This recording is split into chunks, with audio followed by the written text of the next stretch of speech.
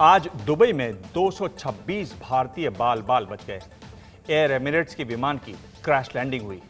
इस विमान ने तिरुवनंतपुरम से उड़ान भरी और इसमें सवार सभी 300 यात्री बच गए। लैंडिंग से लेकर विमान के जल जाने तक की रोंगटे खड़े कर देने वाली तस्वीर सामने आई है, जिनसे पता चलता है कि कैसे सिर्फ 90 सेकंड में सबको बचा लिया गया। आसमान में जहां तक देखो धुएं का गुबार। यह धुआं एक विमान से निकल रहा है जो दुबई एयरपोर्ट पर खड़ा है। उस विमान से जिसमें 226 भारतीय सवार थे, लेकिन विमान से क्यों उठा धुआं? अब देखिए उस वक्त की तस्वीर जब यही विमान रनवे पर लैंड कर रहा था। रनवे से टकराने से पहले विमान से धुआं निकल रहा था और पहियों के रनवे पर टकराते ही विमान के आगे वाले पहियों से चिंगारी निकलने लगी। विमान के निचले हिस्से से आग की लपटें उठने लगी। विमान पूरी रफ्तार से घिसटते हुए आगे बढ़ रहा था और आग की लपटें विमान के पहियों से ऊपर की ओर बढ़ रही थीं। थोड़ी देर बाद आग ने विमान को पूरी तरह से घेर लिया। ये 3 तस्वीरें हैं। 1 मिनट में ही हवा में उड़ रहा विमान आग की चपेट में था। लेकिन ऐसा क्यों हुआ कि सभी यात्री और क्रू मेंबर सही सलामत बच गए? कैसे बचे यात्री? 90 सेकंड, सिर्फ 90 सेकंड के भीतर विमान में मौजूद 282 यात्रियों और 18 क्रू मेंबर को सुरक्षित बाहर निकाल लिया गया। दरअसल केबिन क्रू को फ्लाइट पर जाने से पहले इसकी गहन ट्रेनिंग दी जाती है।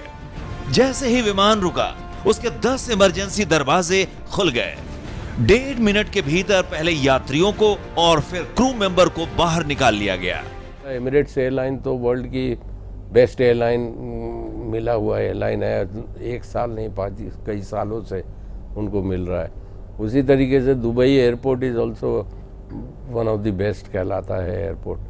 तो वहाँ पे जो भी रेस्क्यू ऑपरेशन हुआ या इवैक्यूएशन का ऑपरेशन हुआ, वो मिनिमम टाइम जो दिया जाता है एयरलाइन को कि इतने टाइम के अंदर ये हो जाना चाहिए और खाली हो जाना चाहिए, देखने से ऐसा लगता है कि उन्होंने सब एकदम बहुत सूझबूझ के साथ चीज़ों को हैंडल किया।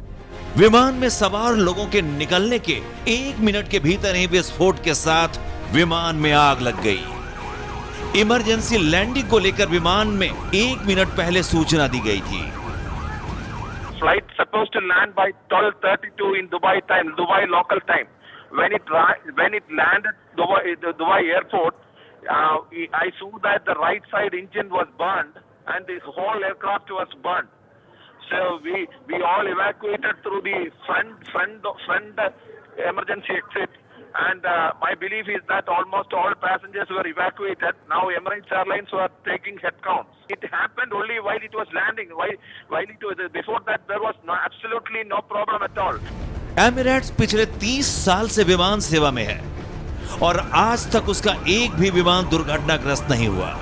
ये पहला मौका है जब विमान धू कर जल रहा था।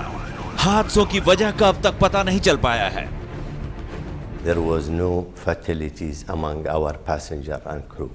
Our first priority in this case, that well-being of our passenger and crew, and answer queries from all the family.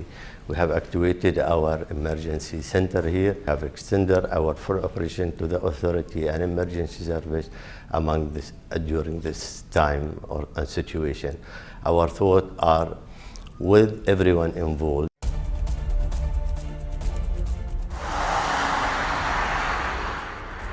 Landing के वक्त विमान के पिछले पहिए पहले खुलते हैं और जब पिछले पहिए रनवे से टकराते हैं तब आगे के दोनों पहिए रनवे को छूते हैं।